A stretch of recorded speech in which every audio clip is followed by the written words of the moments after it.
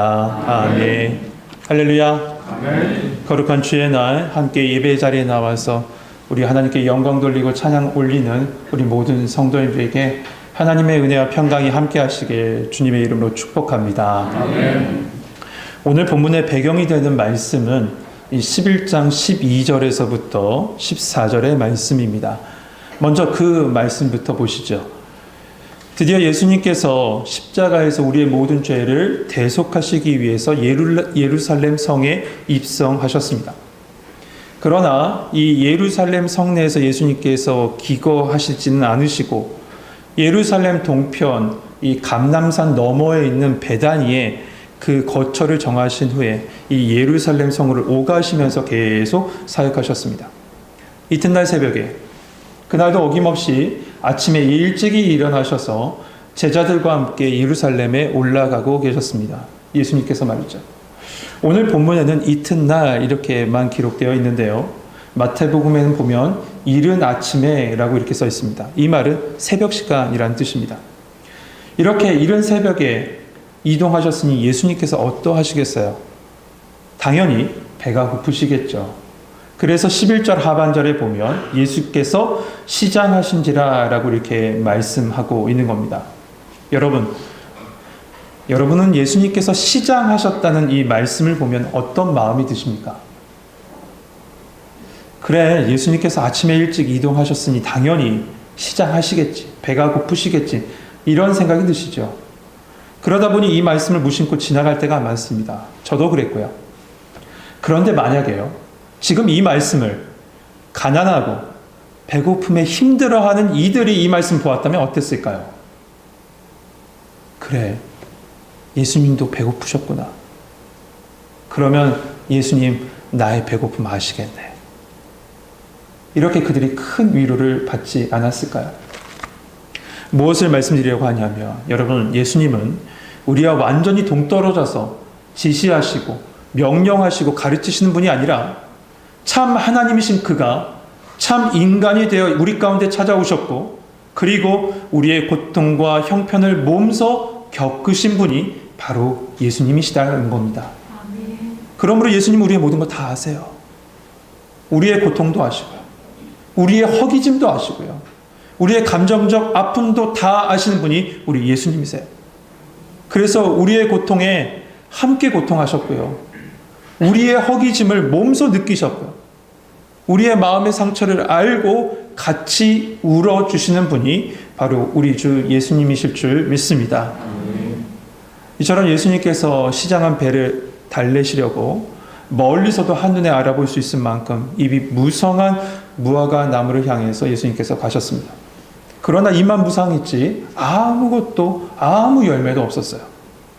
성경은 분명 이 시기가 무화과의 때는 아니다. 무화과가 맺혀지는 시기는 아니다. 라고 기록되어 있어요. 실제적으로 무화과는 보통 이 일찍 수확하는 것이 5월에서 6월경에 늦게 수확하는 것이 8월에서 9월경에 수확한다. 라고 합니다. 그러나 지금은 6월절에 가까운 4월경이니 이 무화과가 맺혀지고 따먹기에는 적기는 아니었습니다. 하지만 적기는 아니었어도요. 먹을 수 있는 무화과는 충분히 발견할 수 있었을 때도 가능하다라고 그렇게 얘기합니다. 그러나 이 무화과 나무는요, 잎만 무성했지 아무런 열매가 맺혀지지 않은 거죠. 그때 예수님께서 어떻게 말씀하십니까? 14절 말씀 보면 예수께서 나무에게 말씀하여 이르시되 이제부터 영원토록 사람이 내게서 열매를 따 먹지 못하리라 말씀하세요. 한마디로 저주하신 거죠. 그 나무를 향해서요. 그리고 지난주에 보았던 말씀이죠. 성전을 청결하게 하신 그 사건이 이어지고 또 오늘 다시 본문으로 돌아와서 다시 무화과가 그 무화과가 등장한 겁니다. 그런데 예수님께서 저주하셨던 그 무화과가 어떻게 됐습니까? 오늘 보면 20절에 봅니까? 그들이 아침에 지나갈 때 이날은 바로 다음 날입니다. 그 무화과가 뿌리째 마른 것을 보고 뿌리째 말라버린 거예요. 여러분, 이 말씀을 어떻게 받아들일 수 있을까요? 도대체 어떻게 받아들여야 할까요? 분명 열매 맺는 시기, 무화과 열매를 따먹을 수 있는, 수확할 수 있는 시기는 아닌데 무화과를 저주하심으로 말미암아 말라버렸다는 이 사건 말입니다. 여러분, 이 말씀을 이 생태학적인 시선으로 이해해서는 안 돼요. 이 사건을 통해서 예수님께서 도대체 무엇을 말씀하시고자 했는지를 파악하는 것이 중요할 것 같습니다. 그러기 위해서는 먼저 말씀의 구조부터 한번 보시죠. 12절에서부터 14절에 먼저 무화과 사건을 딱 말씀하시죠. 그때 위치되어 있습니다. 그리고 20절에 다시 무화과 나무가 언급돼요. 그리고 그 사이에 뭐가 있어요? 지난주에 말씀드렸던 예수님께서 예루살렘 성전을 청결하게 하신 사건이 나오죠. 이 구조를 샌드위치 구조라고 얘기해요. 이런 말씀의 구조는 마가복음의 특징이기도 하는데요. 또 다른 예가 있습니다.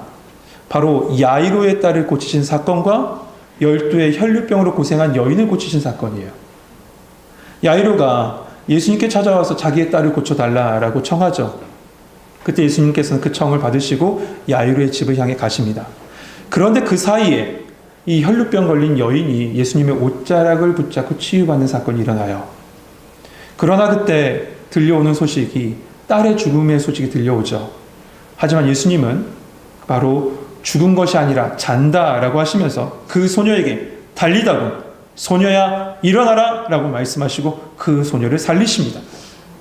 이처럼 야이로의 딸을 살리신 사건, 고치신 사건 사이에 혈류병 걸린 여인이 이 고쳐진 사건이 삽입되어 있는 것이죠. 그런데 여러분, 이런 구조는요, 시간의 순서상 이렇게 기록한 것처럼 보여져요. 오늘 본문도 마찬가지고요. 하지만 성경은 단순하게 그런 시간의 순서에 따라 기록한 것이 아니라요, 이 두 사건에는 하나의 메시지가 있다는 것을 가르쳐 줍니다. 야이로의 딸을 고치신 일, 그리고 혈류병 걸린 여인을 고치신 그 사건의 중요한 포인트는 뭐냐?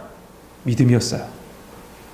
혈류병 걸린 여인에게 예수님께서 말씀하시죠. 내 믿음이 너를 구원하였다라고요. 그리고 야이로를 향해서도 동일하게 말씀하시는데, 야이로가 중간에 딸이 죽었다는 소식을 듣자 예수님 딸이 죽었습니다. 어찌 제가 더 이상 당신을 괴롭게 하겠습니까? 라고 했을 때 예수님 뭐라고 말씀하시냐면, 두려워하지 말고 뭐하라? 믿기만 하라 라고 하세요. 믿음이에요. 믿음이란 주제로 두 사건이 연결되어 있는 거예요. 오늘 본문도 마찬가지입니다. 입이 무성한 그 나무, 그 무화과 나무는 이스라엘을 상징합니다. 미가 선지자가 이스라엘의 의가 없는 것을 통탄해하면서 이렇게 얘기했습니다. 처음 익은 무화과가 없도다. 이 말씀처럼 지금 이스라엘은 외적으로는 아주 풍성한 모습이지만 열매가 없는 무화과 나무와 같다는 거죠. 그런 무화과 나무는 어떻게 됩니까? 말라버린다는 거예요. 그 말라버린다는 것은 무엇을 얘기하냐? 열매 맺지 못한 이스라엘에 대한 심판을 예언한 거예요. 더 나아가서는 외식에 가득한 이 예루살렘 성전이 더 이상 열매를 맺지 못해서 이제 그 성전은 종말을 구하고 예수 그리스도의 부활의 몸으로 말미암아 세워진 새로운 성전이 세워질 것이다. 이것을 상징하는 사건이 이 모든 사건을 통해서 보여지는 겁니다. 그런데 그때 이 베드로가 21절에 보니까 오늘 본문이죠. 라피여 보소서 저주하는 무화과가 말랐나이다 라고 하면서 이 제자들의 대변인 격으로 나서서 이야기를 해요. 그러자 이와 같은 이 베드로의 말을 기회로 예수님께서 계속해서 가르침을 주시는데 그 가르침이 바로 오늘 제목에 압축되어 있습니다. 오늘 제목이 뭐죠? 믿고 기도하고 용서하라입니다. 같이 합시다. 믿고 기도하고 용서하라. 믿고 기도하고 용서하라. 여러분, 예수님께서는요, 지금 신앙에 있어서 가장 중요한 주제를 이 기회를 통해서 가르쳐주고 계시는 거예요. 그런데 이 말씀을 언뜻 보면요, 우리 한번 말씀의 순서에 따라 한번 봅시다. 성전을 청결하게 하시고 무화과 나무가 말라진 사건이 있었고 그 이어서 믿음, 기도, 용서에 대한 주제로 말씀하시는 것, 이것이 어떻게 연결성이 있을까? 어떤 연결성도 없이 그냥 각각의 주제를 교훈으로 예수님께서 말씀하시는 것처럼 느껴져요. 하지만 깊이 묵상해 보면요, 여러분, 성전을 청결하게 하시고 치유하시고 회복시키시는 것은 결국 믿음과 기도와 용서를 통해서 이루어진다는 것을 가르쳐주고 계신 거예요. 여러분, 성전된 우리의 회복도 마찬가지입니다. 완전한 반석 대신 예수 그리스도 위에 세워진 성전된 우리도 예수 그리스도를 믿는 믿음과 예수 그리스도의 이름을 붙잡고 구하는 기도, 그리고 예수 그리스도의 십자가 사랑으로 담아내는 용서로만이 온전히 설 수 있는 거예요. 우리의 몸에는 3대 영양소가 있다라고 하죠. 탄수화물, 단백질, 지방. 이거를 아이들은 탄단지 이렇게 외우던데, 탄단지는 물과 함께 생명을 유지하는 데 필수 요소입니다. 이처럼요, 우리의 성전이 회복되는 데는 필수 요소 3가지가 있는데, 믿음과 기도와 용서. 그래서 이것이 회복되어야 돼요. 그래서 예수님께서 세밀하게 이 순간에 제자들에게 가르쳐 주신 겁니다. 그러면 이제 우리 이 3가지를 한 가지씩 한번 구체적으로 살펴보죠. 22절에서부터 23절 말씀 같이 한번 읽어보도록 하겠습니다. 22절, 23절 말씀입니다. 같이 읽겠습니다. 시작.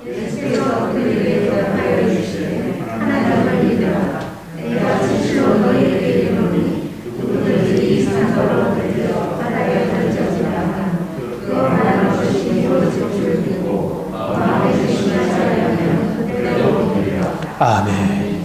첫째는 믿음입니다. 다른 공관복음서에도 오늘 본문과 같은 비슷한 말씀을 합니다. 마태복음 17장 20절 말씀에 보면 진실로 너희에게 이르노니 만일 너희에게 믿음이 겨자씨 하나일 만큼만 있어도 이 산을 명하여 여기서 저기로 옮겨지를 하면 옮겨질 것이요 라고 했습니다.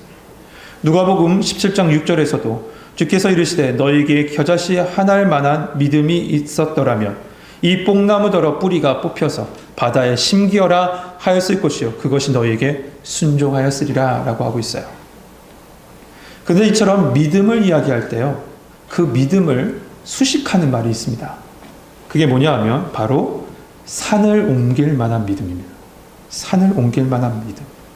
그리고 이것이 바로 믿음의 사람이라고 얘기하고 있어요. 여러분, 여기서 말하는 산은 여러 가지 우리 인생 가운데 찾아오는 문제들을 이야기하죠. 그런데 이 산을 옮긴다는 표현은요, 당시 유대 사회에서 어떤 표현이냐면 불가능한 일을 말할 때 이런 표현을 썼대요. 그냥 통상적으로 쓴 말이었다는 거예요. 산을 옮긴다는 거. 하지만 믿음의 사람은 어떻다는 거예요? 그 산을 옮기는 사람이 바로 믿음의 사람이라는 거예요. 불가능을 가능케 한 사람이 믿음의 사람이라는 거예요. 여러분, 소망합니다. 여러분의 별명이 산을 옮기는 자라는 별명을 얻기를 소망합니다. 그런데 성도 여러분, 사람들에게 이런 얘기를 하면 비웃습니다. 말도 안 되는 이야기 하지 말라고. 그게 가능하냐고. 막 코웃음 칠 겁니다. 그런데 여러분, 제자들은 이미 산을 옮기는 믿음을 경험해 봤습니다. 베드로, 그는 비록 적은 믿음이었지만 물 위를 걸어갔던 경험을 했어요. 12제자, 이들도 주의 이름으로 말미암아 귀신이 항복하는 것을 경험했습니다. 예수님도 제자들에게 분명히 말씀하셨죠. 내가 진실로 진실로 너희에게 이르노니 나를 믿는 자는 나의 하는 일을 저희도 할 것이요 이보다 더 큰 것도 하리라. 예수님이 이렇게 약속해 주셨어요. 근데 이 약속은 약속으로만 끝나지 않습니다. 사도행전 전체를 보면요, 여러분, 이 예수님의 약속이 실제가 되어 있음을 증거하는 말씀이 무수히 많습니다. 가득 차 있어요. 그러므로 성도 여러분, 우리 천국교회 성도들은 여러분 앞에 놓여있는 거대한 문제의 산을 믿음으로 옮길 수 있는 성도님 되시길 주님의 이름으로 축복합니다. 아멘. 그렇다면 도대체 믿음이 뭡니까? 그 믿음이 뭘까요? 믿음이란 하나님과의 관계에서 세워지는 것인데요. 첫 번째, 믿음은 하나님께서 나를 비롯한 온 우주 만물을 창조하시고 주관자가 되심을 믿는 것이고요.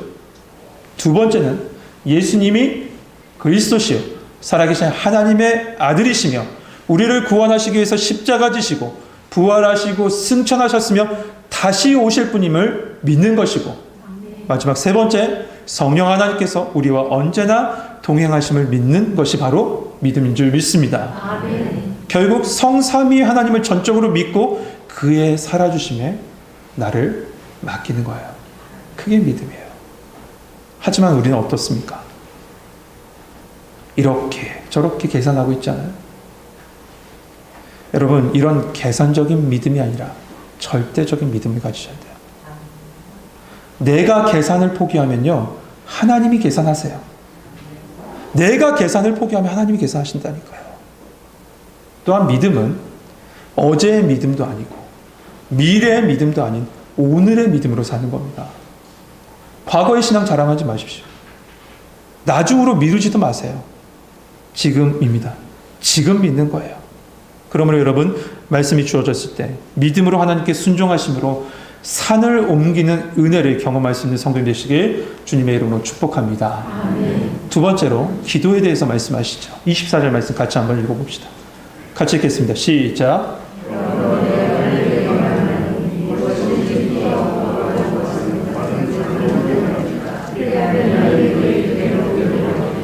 아멘. 말씀은 말씀은 믿음에서 기도로 연결합니다. 그래서 믿음의 척도는 기도에 있다라는 말도 있어요. 믿음의 척도는 기도에 있다. 여러분, 여러 분야의 사람들이요, 우리 이 성경 말씀을 연구합니다. 어떤 이들은 철학적으로 연구하고요, 어떤 이들은 문학적으로 연구하고, 어떤 이들은 사회 심리학적으로 이 성경책을 연구합니다. 그러나 믿음이 없는 성경 연구는요, 교회에 도리어 위해를 가고 교회에 문제를 일으킨 경우를 자주 보게 돼요. 근데 기도도 마찬가지예요. 믿음이 없이 기도해서는 안 돼요. 그래서 기도와 믿음을 연결한 거죠. 그러므로 예수님을 바로 믿지 않고서는 바르게 기도할 수 없음을 우리는 알아야 합니다. 그러나 믿음으로 기도하는 자에게는 하나님께서 반드시 응답하시겠다라고 약속해 주셨어요. 성경은 그 기도의 응답에 대한 약속을 많이 이야기하십니다. 많은 말씀들이 있죠. 마태복음 21장 22절만 말씀 보도 너희가 기도할 때 무엇이든지 믿고 구하는 것을 다 받으리라 라고 하셨어요. 요한복음 15장 7절에도 너희가 내 안에 거하고 내 말이 너희 안에 거하며 무엇인지 원하는 대로 구하라. 그리하면 이루리라 라고 말씀합니다. 그러므로 여러분, 우리는 보이는 상황에 휘둘린 자가 아니라 보이지 않는 하나님을 기도로 의지하며 살아가는 것이 바로 성도일 줄 믿습니다. 기도로 하나님을 의지하는 거예요. 그가 응답하심을 믿고 말이죠. 어떤 집사님이 앵무새 한 마리를 키우셨대요. 그런데 그 앵무새가 할 수 있는 말이라고는 뽀뽀합시다. 이 말밖에 하지 못한 거죠. 그런데 문제는 아무나 들어와도 뽀뽀합시다 하니 이 집사님이 민망해서 어찌할 바를 몰랐대요. 그래서 다른 말을 가르치려고 그렇게 노력했는데도 가르치지 못했던 거죠. 그런데 한 번은 목사님 댁을 방문했는데 거기에도 앵무새 한 마리가 딱 있는 거예요. 근데 그 앵무새는요, 항상 하는 얘기가 뭐라고 얘기했냐면 기도합시다 라고 하는 거예요. 참 거룩한 앵무새였던 것 같아요. 그래서 목사님한테 양해를 구하고 이런 사정을 이야기한 다음에 목사님, 우리 며칠만 이 두 앵무새를 합사시키면 좀 좋아질 것 같은데 그렇게 했으면 좋겠습니다 라고 해서 이 목사님의 허락을 받고 합사했답니다. 합사한 첫날, 처음에는 눈치를 보고 있던 이 집사님의 앵무새가 조금 시간이 지나니까 뭐라고 하겠어요? 어김없이 뽀뽀합시다 라고 한 거예요. 그러자 이 목사님의 앵무새가 뭐라고 한지 아세요? 기도합시다? 아니에요. 이렇게 얘기했대요. 기도에 응답하심에 감사합니다. 여러분, 재밌는 이야기지만 우리는 이것저것 재면서 기도하지 않고 있는 우리의 모습을 다시 한번 생각해보는 이야기이기도 합니다. 윌리엄 템플 목사님이 이런 얘기를 했습니다. 기도하면 우연한 일이 일어납니다. 그러나 기도하지 않으면 아무 일도 일어나지 않습니다. 우리가 기도할 때 우연으로 보이는 하나님의 인도하심을 경험하게 될 줄 믿습니다. 그런데 여러분, 이렇게 기도해도 응답되지 않을 때가 있잖아요. 왜일까요? 첫 번째, 잘못 구하면 응답되지 않습니다. 내 정욕으로 구하면 당연히 하나님은 응답하지 않으세요. 두 번째, 바르게 구했는데도 응답하지 않을 때가 있죠. 왜입니까? 하나님의 때가 안 될 수도 있지만 또 다른 것은 그것은 바로 기도하는 사람이 바르지 못하기 때문에 응답되지 않을 때가 있어요. 기도하는 사람이 바르지 못하기 때문에. 이사야 1장 15절 말씀에 보면요, 너희가 손을 펼 때 내가 내 눈을 너희에게 가리고 너희가 많이 기도할지라도 내가 듣지 아니하리니 이는 너희 손에 피가 가득함이라. 하나님께서 말씀하셨어요. 많이 기도했고 무수한 수식어로 화려하게 기도했지만 응답하지 않을 때는 우리 자신을 돌아봐야 돼요. 여러분, 여러분의 기도가 믿음 위에서 진실함과 정직함으로 하나님의 뜻을 구할 수 있는 우리 성도님 되시길 소망합니다. 마지막 세 번째, 바로 용서입니다. 25절 말씀 보시죠. 서서 기도할 때 아무에게나 혐의가 있거든 용서하라. 그리하여야 하늘에 계신 너희 아버지께서도 너희 허물을 사하여 주시리라 하시니라. 여러분, 인간은 죄를 지음으로 말미암아 하나님과의 관계를 파괴했습니다. 우리 죄악이 우리와 하나님 사이를 갈라놓은 거죠. 그러나 하나님은 어떻게 하십니까? 하나님은 용서를 통해서 그 관계를 회복시키셨어요. 바로 십자가의 대속으로 말미암아 우리 죄를 사하여 주신 거죠. 로마서는 이것을 갖다 하나님의 사랑이라고 얘기합니다.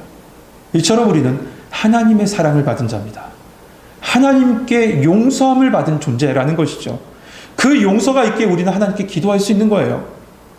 그런데 이런 용서를 받았음에도 불구하고 타인을 용서하지 못하고 분을 품고 있다면 그것은 나의 기도 생활에 분명 결정적인 영향을 미칠 겁니다. 그래서 오늘 본문에서 말씀하기에 너희가 서서 기도할 때 아무에게든 혐의가 있거든 먼저 무엇하라고요? 용서하라라고 말씀하시는 거예요. 용서하라. 마태복음 6장 9절에서부터 13절에 보면 예수님께서 가르쳐 주신 기도문이 있어요. 주기도문이죠. 그런데 그 주기도문에 바로 이어지는 말씀이 뭐냐 하면 용서하라는 말씀이에요. 14절에서부터 15절 말씀에 보면 너희가 사람의 잘못을 용서하면 너희 하늘 아버지께서 너희 잘못을 용서하시려니와 너희가 사람의 잘못을 용서하지 아니하면 너희 아버지께서 너희 잘못을 용서하지 아니하시리라. 그만큼 기도와 용서는 불가분의 관계라는 거겠죠. 여러분, 세상에서 가장 힘든 일이 뭔지 아세요? 원수 갚는 일이에요. 그렇기 때문에 예수님께서, 하나님께서 말씀하세요. 원수 갚는 일에 너의 에너지, 너의 인생 쏟지 말고 다 내게 맡겨. 그게 용서라는 거죠. 그러나 우리 모두 잘 알죠. 우리가 이런 마음가짐을 가진다고 용서할 수 없다는 걸요. 얼굴만 보면 화가 나잖아요. 생각만 하면 막 치가 떨리잖아요. 그러니 우리가 바라봐야 될 분, 그런 화가 올라올 때 우리가 바라봐야 될 분은 예수 그리스도밖에 없고 예수님의 마음으로 덮어달라고 기도할 수밖에 없는 거예요. 여러분, 이 시간 용서하지 못한 사람이 생각난다면 성령님이 여러분의 마음을 만져주셔서 용서의 마음으로 덮어주시길 소망합니다. 용서해서 풀어주면요, 그 사람이 자유함을 얻는 것이 아니라 내 자신이 용서하고 용서받고 자유함을 얻는 거예요.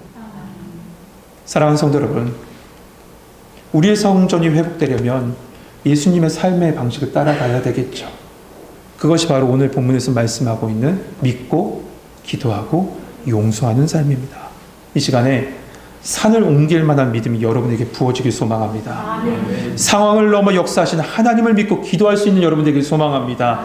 받은 은혜와 받은 사랑을 따라 용서의 마음이 덮여지길 주님의 이름으로 축복합니다. 기도하겠습니다.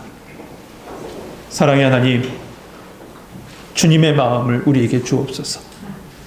믿음으로 현실을 넘게 하여 주시고 기도로서 온 세상을 창조하신 우리 주만 바라보고 주만 붙잡을 수 있도록 도와주옵소서. 특별히 하나님의 사랑을 덮어주셔서 용서하는 마음 더하시며 그 사랑으로 살아낼 수 있는 우리 성도들 되게 하여 주옵소서. 예수 그리스도의 이름으로 감사하며 기도하옵나이다. 아멘.